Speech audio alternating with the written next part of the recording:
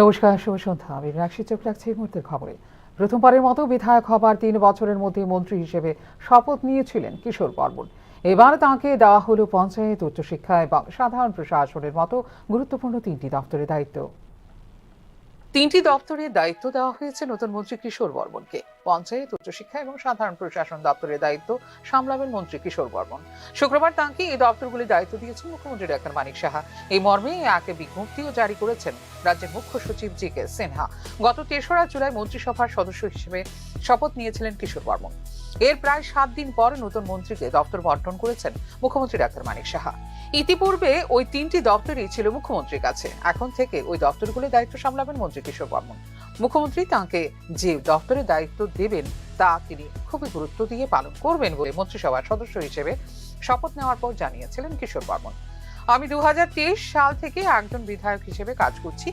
এই সাংগঠনিক অভিজ্ঞতা সরকারকে সাহায্য করবে বলেও জানিয়েছেন মন্ত্রী কিশোর বর্মন। ২০২৩ সালের বিধানসভা নির্বাচনে সিপাহীজলা জেলার এসসি সংরক্ষিত নলছড় বিধানসভা কেন্দ্র থেকে জয়ী হয়েছিলেন কিশোর বর্মন।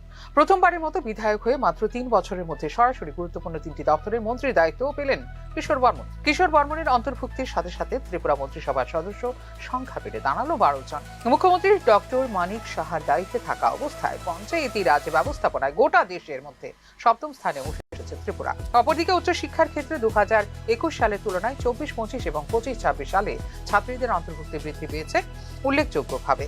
এক্ষেত্রে উচ্চশিক্ষায় একটি হাব তৈরি করার লক্ষ্যে কাজ করছে রাজ্য সরকার। এতদিন মুখ্যমন্ত্রীর দায়িত্বে থাকা এই দুটি গুরুত্বপূর্ণ দপ্তরের দায়িত্ব এবার থেকে সামলাবেন মন্ত্রী কিশোর বর্মন। ফিউরো রিপোর্ট, নিউজ নাও। স্মার্ট মিটারে লাভবান হবে গ্রাহকরা। সাংবাদিক সম্মেলন করে এই দাবি করল ত্রিপুরা রাজ্য বিদ্যুৎ নিগম। এক্ষেত্রে লাভবান হবে বিদ্যুৎ নিগমও স্বীকার করল টিএসইসিএল। বিদ্যুতে স্মার্ট মিটারের বিরুদ্ধে রাজ্যের প্রায় সব অংশে বিক্ষোভের মধ্যে স্মার্ট মিটারের মাধ্যমে লাভবান হবেন গ্রাহকরা বলে দাবি করল ত্রিপুরা রাজ্য বিদ্যুৎ নিগম।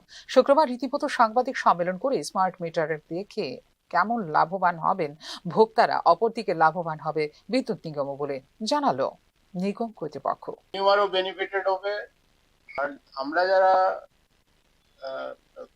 টিএসইসিএল হোক, টিপিজিএল হোক, টিপিটিএল, both party will be benefited. কিভাবে? আলটিমেটলি আমাদের এইম হচ্ছে স্মার্ট গ্রিড করা। স্মার্ট মিনস সেলফ হিলিং, যাতে বিদ্যুতে যে বারবার ট্রিপিং হয়, ট্রিপিং হলে ওখান থেকে লোকে ফোন করে আমাদের কাস্টমার কেয়ারে এত ক্যাপাসিটি থাকে না। বাট স্মার্ট মিটার লাগালে কি হবে, আমাদের নিচে কন্ট্রোল রুম খোলা হচ্ছে, যেটাকে আমরা বলি এনওএমসি রুম। ওখানে ইভেন্টে চলে আসবে যে আপনার বাড়িতে লাইট নাই বা আপনার ডিটি আউট, বাট আমার 11 কেবি ফিডার আউট। 11 কেবি ফিডার তো আমি আপনাদের দেখালাম, ন্যাশনাল ফিডার মনিটরিং সিস্টেমে আছে যে এই ফিডারটা আউট। যখন ওই ফিডার ট্রিপ হবে সঙ্গে সঙ্গে এখানে খবর আসবে, তো আমার লোক ডাইরেক্ট ওখানে চলে যাবে রিপেয়ার করার জন্য। আপনার বাড়িতে কোনো প্রবলেম হলে সঙ্গে সঙ্গে গ্রাফ দেখাবে যে এটা 0 হয়ে গেছে।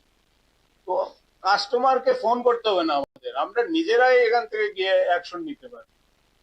আর তাছাড়া স্মার্ট গ্রিড যেটা আগরতলায় আগামী দিনে আমরা করতে যাচ্ছি, ওখানে কি হবে, অটো রিক্লোজার রাখা আছে, ওখানে আরএমইউ সিস্টেম করা হয়েছে। ওখান থেকে যখনই গ্যাসের দাম বৃদ্ধি এবং রেগুলেটরি কমিশনের নির্দেশ কার্যকর করতে গিয়ে কোয়ার্টারলি অ্যাসেসমেন্টের মাধ্যমে নির্ধারণ করা হয় চার্জ। এর প্রেক্ষিতে 1 এপ্রিল থেকে বৃদ্ধি পেয়েছে বিদ্যুৎ মাশুল বা ইনস্টলমেন্ট আকারে আদায় করা হচ্ছে গ্রাহকদের কাছ থেকে, জানিয়েছে বিদ্যুৎ নিগম। অগাস্ট যে আমাদের মাননীয় কমিশনের রেগুলেটরি কমিশন চেয়ারম্যান যে আমাদের যে ডাইরেক্টিভ দিয়েছে, সেখানে পরিষ্কারভাবে আমি বাংলায় অনুবাদ করে বলছি, ক্লজ নাম্বার 7.9.2 তে আছে, কমিশনকে টিএসসিসিএল কে নির্দেশ দিয়ে যে তারা জ্বালানি ও বিদ্যুৎ ক্রয় মূল্য সমন্বয় সূত্র বিধিমালা 2011 অনুযায়ী জ্বালানি ও বিদ্যুৎ ক্রয় খরচ সমন্বয় আরোপ করুক। যদি বিধিমালা অনুযায়ী এফপিপিসিএ আরোপ না করা হয়, তাহলে কমিশন পরবর্তী শুল্ক আদেশে সেই সময়ের জন্য কোনো ক্যারিং খরচ অনুমোদন করবে না, যে সময়ে এফপিপিএ আরোপ করা হয়নি, যার ফলে রাজস্ব ঘাটতি সৃষ্টি হয়েছে। মানে ধরুন এই যে এফপিপিসিএ যে চার্জটা হয়, সেই চার্জটা কোয়ার্টারলি হিসাব করা হয়। সেই হিসাবটা করে আমরা থার্ড কোয়ার্টার হিসাব করেছি, হিসেব করে এটা 1 এপ্রিল থেকে লাগু করা হয়েছে। এই 2 মাসের যে এসছে, আমরা জুলাই মাসে এটা দেখিয়েছি, 2 মাসের যেটা এসছে এটাকে দুটো ইনস্টলমেন্টে ভাগ করা হয়েছে। এই যে সানডে যে আপনারা দেখছেন সেটা হলো দুটো ইনস্টলমেন্টে ভাগ করা, এপ্রিল মাসের এবং মে মাসের বিলের যেটা এসছে। আপনি জুলাই মাসের এপ্রিল মে জুন তিনটাকে ভাগ করা হয়েছে, দুটো ইনস্টলমেন্টে দেওয়া হয়েছে। আপনার ইনস্টলমেন্ট এই মাসের বিলে আসছে সানডে হিসাবে, পরের মাসের বিলেও আসবে সানডে হিসাবে, এর পরবর্তী মাস থেকে এটা আর আসছে না, অনলি এফপিপিএস চার্জ আসছে। প্রত্যেক কোয়ার্টারে এটা হিসেব করা হয়। নেক্সট আমরা আবার কোয়ার্টার, থার্ড কোয়ার্টার, ফোর্থ কোয়ার্টারে আমরা হিসেব করব। এই হিসেব করার পরে যদি আমাদের ইয়ে কম হয় তাহলে আমরা আবার এটা কমিয়ে এটা পাস অন করবো। এটা অ্যাকচুয়ালি পাস অন করা কনজিউমারের মধ্যে। আর যেহেতু এটা রেগুলেটরি কমিশনের ম্যান্ডেট, এটা আমরা করতে আমরা বাধ্য।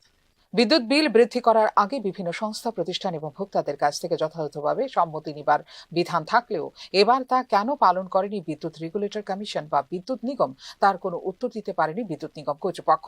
আচমকা প্রতি ইউনিট পিছু 77 পয়সা করে বিদ্যুৎ বিল বাড়ানোর আগে কমিশনের তরফে বা বিদ্যুৎ নিগমের পক্ষ থেকে ভোক্তাদের বক্তব্য জানার না হয়নি উদ্যোগ।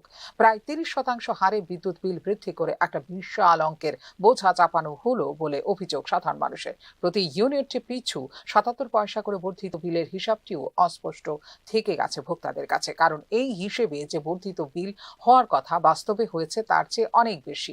আগে প্রতি 1000 টাকা বিল দিতে হতো যেসব গ্রাহকদের, তাদের বিলের অঙ্ক বেড়েছে 300 টাকা অথবা তার বেশি, যার কোনো সদুত্তরই দিতে পারেননি বিদ্যুৎ নিগমের আধিকারিকরা। প্রায় 30% হারে বিদ্যুৎ মাশুল বৃদ্ধি করলেও পরিষেবা দেবার ক্ষেত্রে ত্রিপুরা বিদ্যুৎ নিগমের তৎপরতা কত শতাংশ বৃদ্ধি পেয়েছে তা নিয়ে প্রশ্ন তুলছেন রাজ্যের সাধারণ মানুষ। ফিউরো রিপোর্ট, নিউজ নাও। ভাগ্যের কি নির্মম পরিহাস, আবারও জলের তলায় তলিয়ে গেল 14 বছরের নাবালক। বন্ধুদের সাথে মাছ ধরতে গিয়েছিল পুকুরে, কিন্তু আর বাড়ি ফেরা হলো না তার। মা বাবার কোল খালি করে চিরকালের জন্য বিদায় নেয় কিশোরটি। মাছ ধরতে গিয়ে পুকুরে জলের তলায় তলিয়ে যায় সেই নাবালক। ঘটনায় এয়ারপোর্ট থানার অন্তর্গত সিনাইহানি দাসপাড়ার। মৃতের নাম চিত্ত বৈশ্য। খবর পেয়ে ছুটে আসে ফায়ার সার্ভিস। পুকুর থেকে দেহটিকে পাঠানো হয় জেবি হাসপাতালে। কর্তব্যরত চিকিৎসকরা তাকে মৃত বলে ঘোষণা করে। মৃতের পরিবারে এবং এলাকায় নেমে এসেছে শোকের ছায়া। জলে পড়ছিল। কোন জায়গাতে জলে পড়ছিল? বৈশ্যপাড়া। দেখি কোনো পুকুর আছিল? পুকুর আছিল নাকি? কি কারণে গেছিল পুকুরে? কারণে গেছিল তো বন্ধু বান্ধবের লোকে গেছে। কতজন গেছিল? 3-4 জন। এরপরে আপনারা কিভাবে খবর পাইছেন? খবর ফায়ার সার্ভিস গেছে, তারপরে পাশে লোকে স্কুলে যাইতো, স্কুলে যাইতে পরে খবর দিচ্ছে, দৌড়ে আসছে কইছে তোমার ছেলে জলের নিচে। বাঙালি মানেই মাছ ভাত। মাছের প্রাণ কেন্দ্র হচ্ছে নদী। তাই মাছের গুণগত মান এবং রক্ষণাবেক্ষণ করতে হলে নদীতে চাষ করতে হবে মাছ। প্রতি বছরের মতো এবছরও নদী সহ বিভিন্ন জলাশয়ের মধ্যে মাছ চাষের উদ্যোগ নিয়েছে রাজ্য সরকার। শুক্রবার খোয়াই নদীতে ছাড়া হলো বিভিন্ন প্রজাতির দেশীয় মাছ। মৎস্য দপ্তরের পক্ষ থেকে ছাড়া হয়েছে 1,44,000 চারাপোনা। গুণগত মান এবং সঠিক প্রতিপালনের ওপর বিশেষ গুরুত্ব দিতে হবে বলে জানানো হয়েছে মৎস্য দপ্তরের পক্ষ থেকে। আমাদের মৎস্য দপ্তরের তরফ থেকে খোয়াই নদীতে কল্যাণপুর ব্লক এলাকার দশমীঘাট স্থানে আমরা 1,44,000 মাছের পোনা মজুতকরণ করছি, রেঞ্চিং প্রোগ্রাম যেটাকে বলে। তো এটা আমাদের প্রধানমন্ত্রী মৎস্য সম্পদা যোজনা প্রকল্পের অধীনে এবং এনএফডিবি যেটা ন্যাশনাল ফিশারিজ ডেভেলপমেন্ট বোর্ড, ওই বোর্ডের আর্থিক সহায়তায় আমরা এই মাছের পোনা মজুতকরণ করছি। মেনলি যাতে নদীতে যে আমাদের দেশীয় মাছগুলো আছে যেমন রুই, কাতলা, মৃগেল, এদের সংখ্যা দিন দিন হ্রাস পাচ্ছে। তো তারা যাতে ন্যাচারালি প্রজনন করতে পারে, যাতে নদীতে মাছের সংখ্যা বৃদ্ধি পায়, সেই উদ্দেশ্যে এটা আমাদের একটা দপ্তরের তরফ থেকে উদ্যোগ। এখনকার মতো এই মুহূর্তে সংবাদ এই পর্যন্ত। অন্যান্য আপডেটস দেখার জন্য অবশ্যই নজর রাখতে হবে নিউজ নাওর পর্দায়। নমস্কার।